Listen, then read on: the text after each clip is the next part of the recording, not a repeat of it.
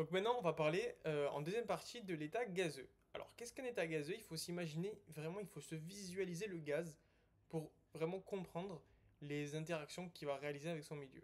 Donc moi, c'est vraiment quelque chose que je vous conseille de faire. Visualiser les choses, c'est toujours plus facile pour apprendre et pour comprendre.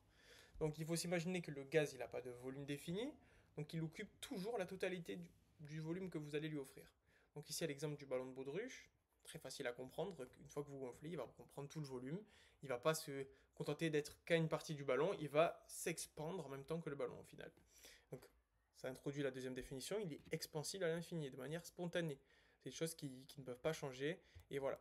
C'est quelque chose qui est comme ça, et par contre, il faut les définir dans les différentes conditions d'étude. Donc ici, c'est température et pression. Ça, c'est par contre quelque chose qui est obligatoire. Donc voilà, comme je vous dis, une masse donnée de gaz, elle occupe un volume donné, à une pression et une température donnée. Voilà, c'est quelque chose qu'il faut comprendre et qu'il faut apprendre surtout. Parlant d'apprendre, je vous conseille de réellement apprendre les différentes lois des gaz parfaits. Donc voilà, moins mémotechnique, allez-y comme vous voulez. C'est quelque chose qu'il faut apprendre par cœur, par cœur, par cœur. Voilà. C'est quelque chose. Vous les expliquer, ça servirait presque à rien. Je vous conseille de réellement les apprendre par cœur, tout simplement. Donc, à l'échelle microscopique, voilà, on a une approximation des gaz parfaits parce que il n'y a pas d'interaction entre les molécules. En fait, le volume des molécules il est négligeable par rapport au volume du gaz donné. Donc, je pense que vous allez vous rappeler de la formule de la pression. Donc, c'est une force sur une surface, c'est en newton. Apprenez toujours les unités, toujours, toujours, qui peuvent tomber. Et en plus, ça peut vous faire perdre des points si vous les apprenez pas, c'est bête. Donc là, on a l'équation des gaz parfaits.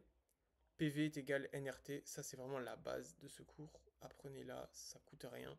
Et ça vous fait gagner énormément de points. Voilà, énormément. Donc après, cette loi aussi, enfin cette équation qu'il faut apprendre.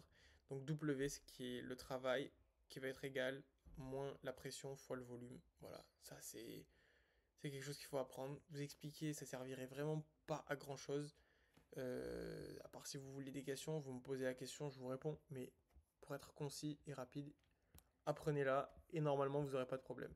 Là, on a une approximation de la loi que je vous ai expliqué tout à l'heure, PV est égal à NRT. En fait, c'est la même loi écrite différemment. Alors, je ne crois pas qu'il faut l'apprendre. Honnêtement, avec les AN carrés, je ne me rappelle pas l'avoir appris. Par contre, les conditions d'application, oui. Donc ça, c'est faible masse molaire. Ça, c'est super important. Ça, c'est les conditions d'application tombent très souvent. Donc faible masse molaire, molécule apolaire et faible polarisabilité. Grand volume offert au gaz et pression faible, température éloignée de la température de condensation. Voilà. Donc ça, c'est quelque chose qu'il faut apprendre. Ensuite, la base de la théorie des cinétiques des gaz. Donc voilà, le gaz il est constitué de particules qui sont très éloignées, voilà, qui se déplacent continuellement, donc comme je vous ai dit tout à l'heure, un mouvement, voilà, toujours en mouvement, et qui entrent en collision. Voilà, ça arrive, et qui entrent en collision entre elles, et qui créent des interactions au sein du gaz. Voilà, donc ça, E est égal à un demi de mv carré, pareil, à apprendre, à comprendre, je sais pas, je pense pas, à apprendre, pareil. E est égal à 3 demi de kT, pareil, toujours à apprendre. Au zéro absolu, l'énergie cinétique est nulle, ça vaut aussi pour la loi que vous avez appris tout à l'heure. Au zéro absolu, il se passe rien. Pas d'interaction entre les molécules, pas de mouvement. L'énergie cinétique, c'est le mouvement, pas de mouvement. Dès qu'on passe au-dessus de 0 Kelvin, mouvement, voilà. Ensuite, plus la molécule est lourde, plus elle se déplace lentement. Ça, je pense que vous savez, pas besoin de vous détailler. Maintenant, on va passer à la dernière et troisième partie de ce cours qui est la solubilité. Donc, la solubilité, je pense que vous comprenez à peu près ce que c'est.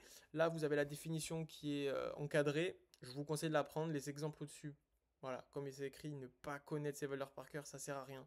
Juste vous donner un ordre d'idée en fait. Vous donner que la solubilité du saccharose, c'est pas la même que l'eau dure de sodium. Voilà. Après, les ordres de grandeur, apprenez-les, mais n'apprenez pas les valeurs, ça ne sert à rien. Voilà, donc là, maintenant, ça c'est très compliqué. Si vous, voilà, s'il faut vraiment visualiser les choses, ça va être très compliqué si vous ne visualisez pas les choses et si vous ne les imaginez pas. Donc voilà, la solubilité, il faut s'imaginer que lorsqu'on vous pose un exercice, vous vous imaginez, vous réalisez l'expérience. Si je veux dissoudre, solubiliser quelque chose, qu'est-ce qui va agir, qu'est-ce qui va interférer? La température, oui. La pression, s'il y a plus de pression, oui, parce que le liquide va plus se solubiliser. D'autres facteurs environnementaux, l'agitation, bien sûr, si j'agite, ça va se solubiliser. On connaît tout ça.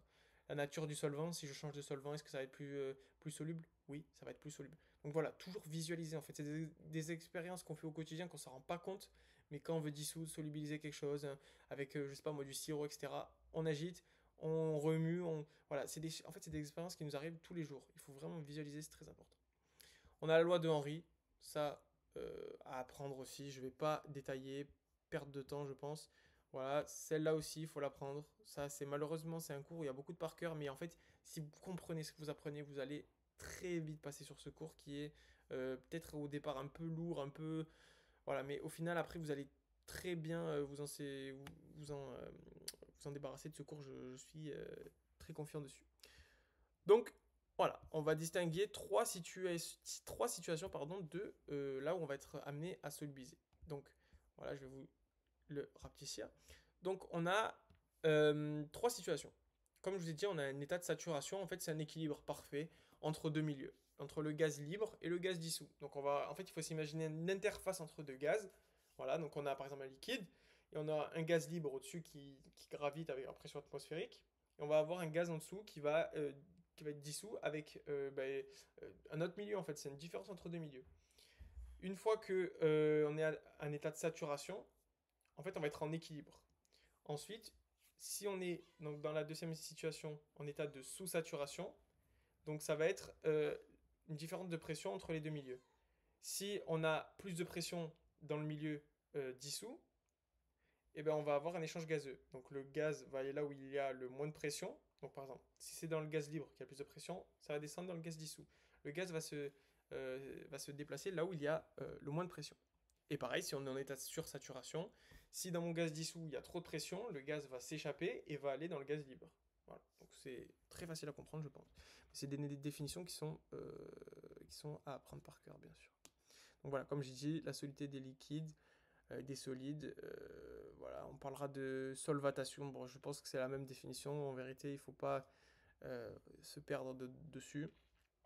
Donc voilà, ça fait intervenir différentes interactions. Donc comme je vous ai dit tout à l'heure, des interactions ion-dipôle, hydrogène avec de l'alcool et l'eau, et celle de Van der Waals qu'on a parlé un peu plus tôt. Après, on a l'exemple là. Toujours, les exemples sont toujours à comprendre et rarement à apprendre dans ce cours. Donc, je vous conseille vraiment de les comprendre. Et en fait, ça va découler après sur l'apprentissage que vous avez sur les définitions. Voilà. Ensuite, on a la solubilité d'un liquide dans un liquide. Donc, toujours pareil. On se visualise notre situation et on essaye de comprendre. Par exemple, là, les solutions électrolytiques. Donc, électrolytique, ça veut juste dire qu'il y a des ions en fait. Et voilà, donc les propriétés vont être différentes en fonction des différents ions, Voilà, c'est très compliqué à comprendre et très peu pertinent d'apprendre par cœur bêtement. Il faut de comprendre, pardon, il faut vraiment l'apprendre bêtement. Donc voilà, on va avoir juste des solutions qui sont électrolytiques, non électrolytiques, et que si elles sont tous les deux non électrolytiques, ben en fait, ça va être une solubilité qui va être préférentielle parce qu'elles vont être de parenté structurale en fait. Et électrolytique, c'est la même chose en fait. Donc en fait, si on a une solution électrolytique et une autre non, bah, elles vont mal se solubiliser. Vous imaginez bien que le même liquide va se solubiliser mieux dans un liquide qui est le même que deux liquides différents. Si vous prenez par exemple l'eau et l'huile, ça va pas se mélanger, tout simplement. Voilà, c'est très facile à comprendre comme ça, je pense. Ensuite, on a la solubilité d'un solide pardon, dans un liquide. Et là, par contre, c'est différent parce que ça dépend des forces intermoléculaires. Donc là, on revient à tout ce qu'on a dit au début. Dans nos 3 degrés, dans toutes les différentes forces qu'on a, on a les forces intramoléculaires et là, c'est intermoléculaire parce que ça va dépendre des interactions entre les molécules du liquide et du solide. Donc par exemple, là, ça va être très facile à comprendre, mais un composé polaire, il va être très bien solvaté dans un solvant polaire. C'est comme je vous l'ai dit tout à l'heure, lorsqu'on a le même milieu, de l'eau se mélange très bien dans de l'eau, de l'huile dans de l'huile. Si vous mélangez les deux ensemble, ça va mal se mélanger. Voilà. En fait, il faut qu'il y ait une parenté structurale et le plus d'affinité possible pour qu'il y ait une dissolution et une solubilité. Voilà. Donc je pense que là, on a terminé ce cours. Voilà, là, on va revenir au tout début pour vous montrer les différentes étapes. Donc si vous avez des questions sur les les différents niveaux. Donc soit les niveaux d'organisation, soit les états gazeux, soit la solubilité. Vous pouvez me poser des questions, il n'y a pas de souci à ça. Et voilà, là je pense que je vous ai ciblé tout ce qu'il fallait apprendre par cœur, donc tous les encadrés, toutes les définitions. Et si vous avez des questions, je peux vous répondre sans souci. Donc voilà, révisez bien et si vous avez des questions, je suis là.